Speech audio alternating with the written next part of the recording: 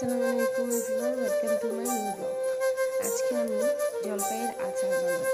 জলপাইটাকে সুন্দর মতো ধুয়ে সেদ্ধ করতে দিয়ে দিব। তারপরে আমরা তুলে নিব একটি শুকনো মশলা বানানোর জন্য।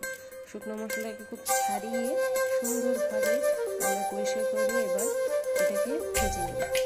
এরপর এই হতে হতেই জলপাইটি সেদ্ধ হয়ে আসলো। এরপর পাঁচফোড়ন সুন্দরভাবে ভেজে নিব।